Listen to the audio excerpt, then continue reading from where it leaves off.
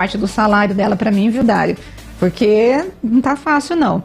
Prefeito, essa semana, ontem, na verdade, eu dei uma matéria mostrando que o Procurador-Geral do Estado entrou com pedido de uma ADIM para suspender a lei de ampliação do perímetro urbano, que permitiu que parte da área rural, né, fosse para perímetro urbano, se fosse necessário, construção de empreendimentos imobiliários e tal. Há uma discussão muito séria aqui em Campinas de que a área rural está abandonada, tem problemas quanto à questão de transporte, de segurança, e esses loteamentos seriam autorizados próximos onde estivessem vias públicas, não no meião da área rural. O procurador alegou que esse projeto, apesar de ter tido 4 debates públicos para discutir o projeto, o ex-prefeito Jonas Donizete acabou mandando emendas que alterou substancialmente o conteúdo do projeto e essas emendas não passaram por audiência pública. Então, ele está pedindo a suspensão dessa lei. Primeira, minha pergunta, essa lei ela é necessária? É preciso mesmo aumentar o perímetro urbano de Campinas? É necessário autorizar esses loteamentos para que possa movimentar e desenvolver essa região? E segundo, tem muitos empreendimentos, eu acho que talvez você não vai conseguir responder, porque eu já pedi para a prefeitura não me respondeu ainda, eu estou esperando. Rose, quantos empreendimentos autorizados nesses locais? Olha, né? Rose, a necessidade é assim, a cidade tem que ter um crescimento ordenado, tem que ter um crescimento dentro de uma proposta de crescimento ordenado, com infraestrutura e tudo. Então, na minha opinião, era necessário sim. O que o Procurador-Geral questionou foi que cada emenda que foi somada ao processo deveria ter cada emenda uma audiência pública e que não teve esse procedimento durante a tramitação legislativa. O Procurador-Geral pediu uma liminar, ela foi indeferida, foi negada e agora o processo segue. Nós entendemos que vamos dar as justificativas, explicar. Eu não era prefeito na época, mas o pessoal que trabalhou, toda a equipe técnica que trabalhou ainda está na prefeitura e nós vamos responder ao Procurador-Geral, à Justiça, e tenho certeza que a Justiça vai chegar a um bom termo nisso. O que a Justiça definir, nós vamos fazer, não tem nenhum problema. Mas naquele momento era necessária a ampliação, sim, do perímetro urbano. Pode falar, Dário, bom, gente, desculpa, eu estava trabalhando aí vendo no Unicamp o entrevistado, me perdi. Mas eu tinha deixado uma pergunta antes do intervalo, que é acerca do freio que você colocou aí nas obras e nos gastos em função de inflação. O que está acontecendo com as finanças de Campinas? Zezé, não foi freio em obras, não. Nós fizemos um decreto de contingenciamento para racionalizar os gastos da prefeitura. Nós sabemos que o ano passado nós tivemos a pandemia, o ano retrasado também, a gente tem que retomar bastante coisa, nós temos que recontratar servidores, repor o quadro, mas nós temos que fazer isso dentro da lógica da responsabilidade com as finanças públicas. Então esse decreto, ele não é um decreto de corte, ele é um decreto de racionalização dos gastos públicos. Agora, prefeito, eu vou passar aqui para os ouvintes, eu vou tentar fazer um pacote. Olha, tem o nosso ouvinte aqui, a nossa ouvinte, deixa eu pegar o nome dela, a Gabi, prefeito, ela está dizendo que ela está tentando agendar a primeira dose para o filho pequeno de 8 anos e ela não está conseguindo. Isso tem sido, prefeito, uma reclamação Rose, rotineira. Mas nós fizemos com demanda espontânea esse final de semana. Mas, por exemplo, teve demanda espontânea, mas nós tivemos ouvintes que foram até... Nesse sábado, foram até algumas unidades de saúde adulto, não criança. E chegou na unidade de saúde, não conseguiu se vacinar, Rose, porque já estava toda agendada. Então, por exemplo, se o posto tiver lá 100 doses e as 100 doses estiver agendado, não consegue agendar. Então, o que eles estão reclamando é o seguinte: a prefeitura faz o dia D com demanda espontânea, a gente vai até a unidade então e não consegue. Deve ser algumas unidades. Porque São algumas. Tem unidade que é espontânea e tem unidade que não. Isso. Não, mas essa, nesse caso, era espontânea e não. Mas o que acontece é o seguinte... de acordo com o que nós oferece. tivemos, Rose, 24 mil doses e só 18 mil foram aplicadas. Nós tivemos sobrando 6 mil doses. O que pode ter acontecido, você pode até me passar dos ouvintes, quais as unidades que procuraram? Eu passei ontem para a Secretaria de Saúde. Isso, porque nós vamos reforçar essas unidades. Teve unidade que não atingiu 50%, teve unidade, e tudo, a distribuição feita das doses, ela é feita com base populacional. É isso que eu ia perguntar, qual é o critério? Tudo é isso, então critério regional e populacional. Então pode ser que esses ouvintes tenham ido num percentual de centro de saúde que atingiu mais do que a sua meta. Você entendeu? Mas passa que a gente vai fazer uma reprogramação. Em relação ao agendamento de crianças, está tendo dificuldade ou não? Aparentemente não. Tanto que muitas unidades, nós tivemos, se não me engano, 8 mil ou 9 mil doses para crianças e aplicamos 5.600.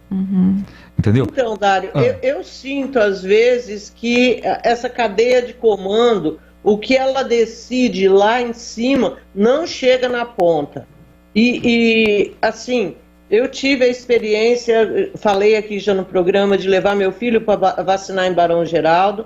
Cara, cheguei lá, não tem, é só agendado. Falei, escuta, mas a informação quem passou foi numa coletiva, o Dário e a André von Zuben, nem sei quem é André. Falei, então tá ferrado. Rose, Zezé, até pelo amor de Deus. Quando eu vi você falando, eu passei essa informação direta para a Secretaria de Saúde e assim, se tem alguma falha na comunicação, falha em algumas unidades, nós temos que corrigir.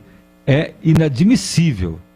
É inadmissível. Mesmo porque, Zezé, eu vou repetir, de 24 mil doses, nós aplicamos 19.900, entendeu? Então tinham 6 mil doses no último sábado disponíveis que não foram aplicadas. Eu fui em centro de saúde, estava super tranquilo. Pois é, e ontem nós tivemos aqui os ouvintes reclamando. Mas eu quero, se possível, pode passar para mim. Eu quero saber quais unidades que não aceitaram a demanda espontânea.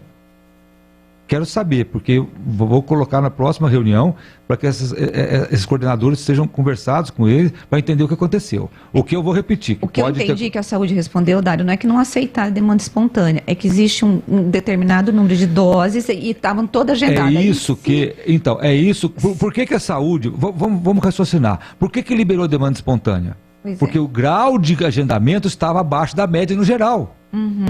Então, para o município, é muito triste você montar uma estrutura de vacinar em 43 pontos, 50, 70 pontos, e chega a poucas horas antes de finalizar o agendamento, tem 70%, 60%. Aí o que aconteceu? Tomou-se a decisão de fazer sem agendamento.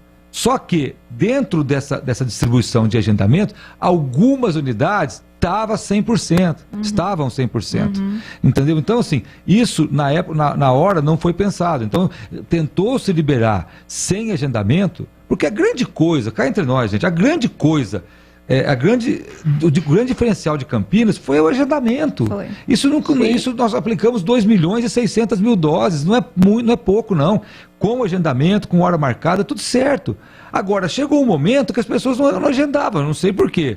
Já tinha agendamento sobrando. Aí nós resolvemos, de última hora, a secretaria falou, vamos liberar esse agendamento. Deve ter acontecido algumas unidades que já estavam em 100%. Mas nós vamos checar essas unidades que foram mais demandadas. O que os colocaram é que se você já não quer vacinar, você chega na unidade e você encontra esse obstáculo, você vacina menos. Eu, por exemplo, no dia que eu fui vacinar, eu cheguei na unidade, só que eu achei que estava lá dia D, só que era com agendamento. Eu achei que fosse demanda espontânea, não dessa vez, no outro sábado. Cheguei no Aurélia e não tinha vacinação. Só que para crianças, eu vi 3 mães voltando. Ela levou 3 crianças. Falei, puxa vida, já está baixo. Rose, né? a gente entende, isso não deve acontecer. Agora a gente pede que as pessoas agendem também. É tão simples, né? Mas tudo bem. Então, só tão que não estão conseguindo. Então, olha, uma das coisas que eu acho difícil aí no agendamento, assim, é que, por exemplo, aqui perto de casa, nunca tem horário. Então, tem o DIC, entra então, Dário, mas assim, no agendamento, aonde tem bairros, aonde tem a vacina. Zezé, eu entendo, por exemplo. Você vai ver que são lugares assim muito distantes desses Zezé, outros lugares aqui da região norte. Então, mas a distribuição, Zezé, é feita com base populacional. Não dá para comparar a região do Ouro Verde, a região do Campo Grande, que tem 400, 500 mil pessoas, com outras regiões da cidade. Então, nós temos que ampliar? Temos sim.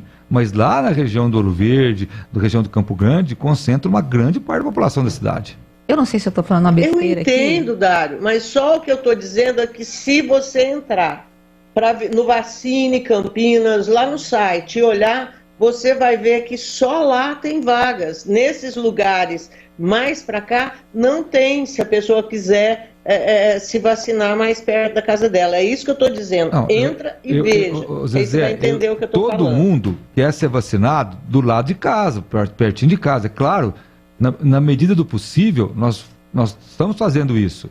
Agora, em algumas etapas da vacinação, em alguns dias a gente prioriza primeiro, onde a taxa de vacinação está mais baixa e onde tem mais gente. E onde está mais baixa, Dário? Tem algumas regiões que nós estamos fazendo o levantamento depois do dia D, depois a gente vai anunciar.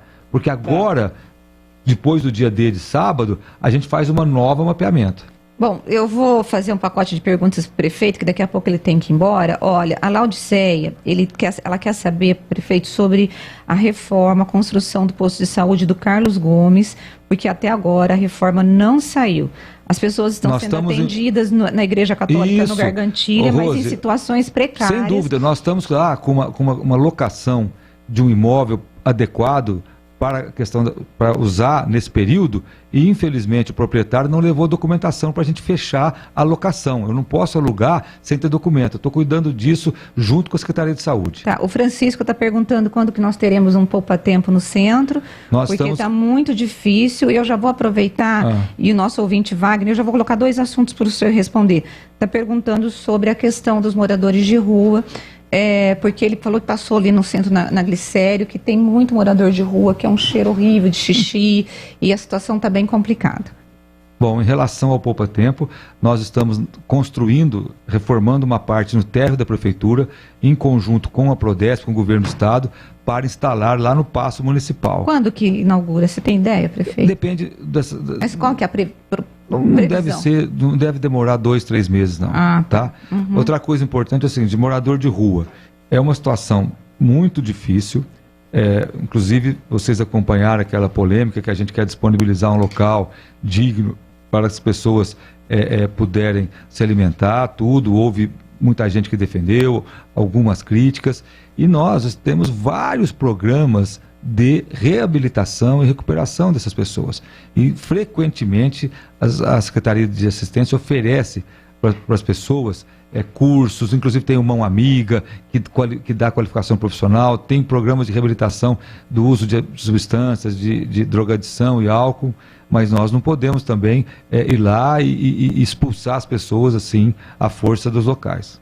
Bom, o Edmilson está perguntando se a estrada que liga, que vai até o bairro Gargantilha, vai ser asfaltada, porque com essas chuvas dos últimos tempos, o povo, ônibus encalhado, Rose, nós estamos discutindo ali a questão de levar água, da questão do saneamento em primeiro lugar, porque você tem que fazer primeiro a infraestrutura para depois discutir a questão do asfalto, mas tem sido discutido sim. Agora, prefeito, deixa eu ver aqui, também, olha, eu acho assim, prefeito, eu vou perguntar de forma geral, porque tem vários bairros aqui, da Village, Gargantilha, Recanto, todo mundo pedindo asfalto. Só que o senhor está com um plano de asfaltamento, que o senhor conseguiu uma verba, mas é mais para a região ali do Campo Grande, Ouro Verde. Qual que é o critério para levar o asfalto para as ruas? No Village, por exemplo, tem gente que não quer asfalto, não. Tem uma parte que quer. Não é, Zezé? A Zezé sabe. Eu acho que não quer também não. O Village e então, o pessoal ali, Vale das Garças, se falar em asfalto lá, apanha. Então, tem algumas questões. É claro que alguns moradores lá querem, outros talvez não querem. Mas estou dizendo assim, o critério que eu estou usando são bairros que estão há décadas sem asfalto e que têm projetos prontos e infraestrutura pronta para asfalto. Tá certo. O Carlos está perguntando quando que o senhor vai liberar ou abrir o Mário Gatinho. Quando a pandemia deixar. Nós temos já no orçamento a verba, orçamento para abrir o Mário Gatinho, e a pandemia nos permitindo, nós vamos transformar o hospital, hoje que chama Ouro Verde, né? Mário Gatti Ouro Verde, desculpa, Mário Gatti Moreiras, em Mário Gatinho. Só a pandemia liberar, não tem problema de orçamento, não tem problema do prédio, está tudo organizado. Tá certo. Zezé, você tem alguma pergunta mais? Bom, eu tenho uma pergunta aqui da produção da TV, que é em relação a... Então, só deixando claro, se o prefeito acredita que o pico da Ômicron aqui já passou,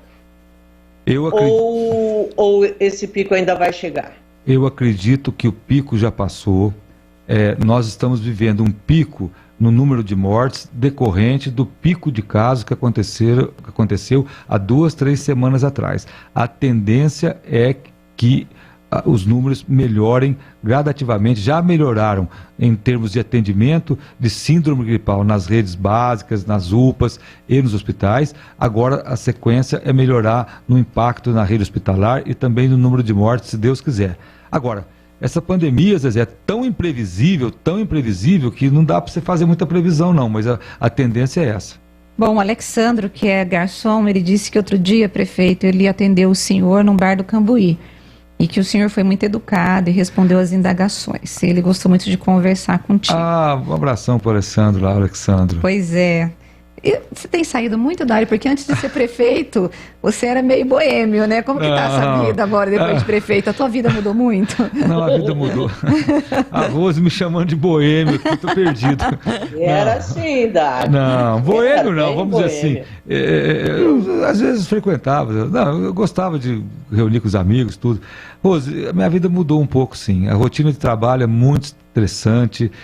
Muitas vezes eu chego no final do dia, eu estou extremamente cansado, mesmo que tenha convite, muitas coisas de alguma confraternização, algum encontro com os amigos, eu estou tão cansado que muitas vezes eu prefiro descansar. Prefeito, a última pergunta, tem uma pessoa aqui, um ouvinte, perguntando sobre o bônus.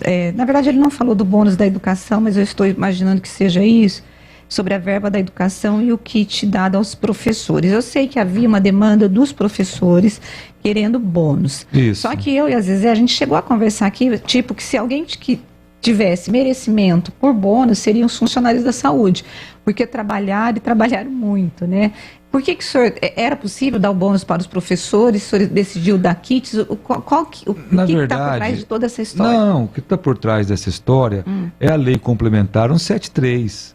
Ela proibia aumento de gasto com pessoal, tanto que nós ficamos 2 anos sem reajuste do servidor. Sem reajuste.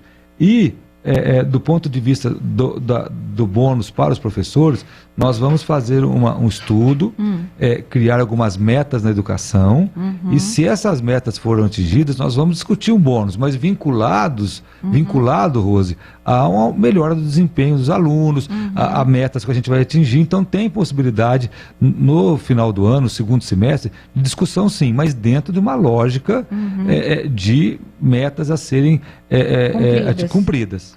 E aí seria no final do ano e o senhor pagaria o bônus? Isso, mas dentro de um programa, dentro de uma lógica. Tanto que todos nós defendemos um salário digno para os professores. Isso é uma coisa que a gente defende.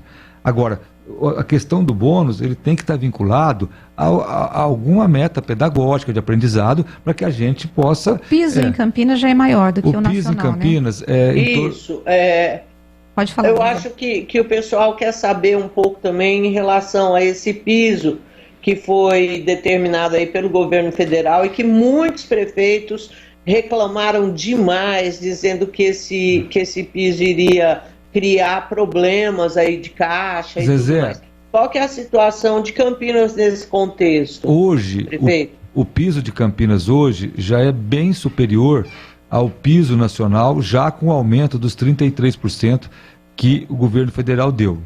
Então, em Campinas não teria nenhum impacto. O que eu participo da Frente Nacional dos Prefeitos, os prefeitos questionam 2 pontos. primeiro ponto é que o piso teria que ser feito através de uma lei e não através de um processo administrativo, de uma medida administrativa. E segundo, muitas cidades, diferente de Campinas, bem diferente, não tem, alegam que o impacto é muito grande. Então é uma realidade de uma grande parte das cidades do Brasil. Felizmente, não é a realidade de Campinas, mas isso não é uma construção minha, não estou falando, foi o Dário Saad que aumentou o piso, nada disso, estou dizendo que é uma construção de muitos anos que Campinas tem um piso salarial acima da média brasileira. Bom, o Zezé, o prefeito vai ter que sair, que ele tem uma agenda agora no gabinete. Prefeito, eu quero agradecer a entrevista, não sei se o senhor quer acrescentar mais alguma coisa. Não, Rose, eu agradeço. Tem algumas perguntas que eu não consegui ler, eu vou mandar depois para vocês. Manda que a gente responde tudo.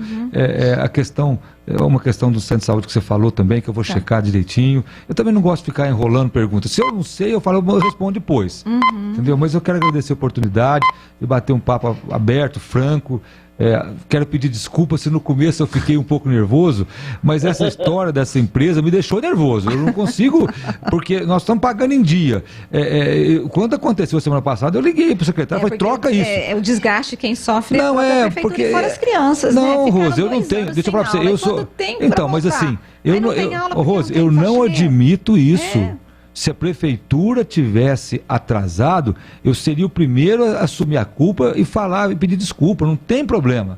Agora, desse jeito, eu fiquei indignado, fiquei nervoso, então peço desculpa a Regina, nosso ouvinte, a outros ouvintes, se no início da entrevista, quando eu falei da questão da empresa, se eu fiquei um pouco alterado aí, eu peço desculpa. Então, muito obrigado, um grande abraço para Zezé de Lima, que está lá em home office, né? Chique, né? Teletrabalho, home office. Gripe, tô aqui com gripe. Você não está com voz de gripe, não, Zezé. Você está muito bem, viu? Você está muito bem. Muito obrigado, um abraço para Zezé, um abraço, Rose, obrigado a todos os ouvintes. Obrigada. Obrigada, Dário. E nós vamos para o intervalo e voltamos daqui a pouco.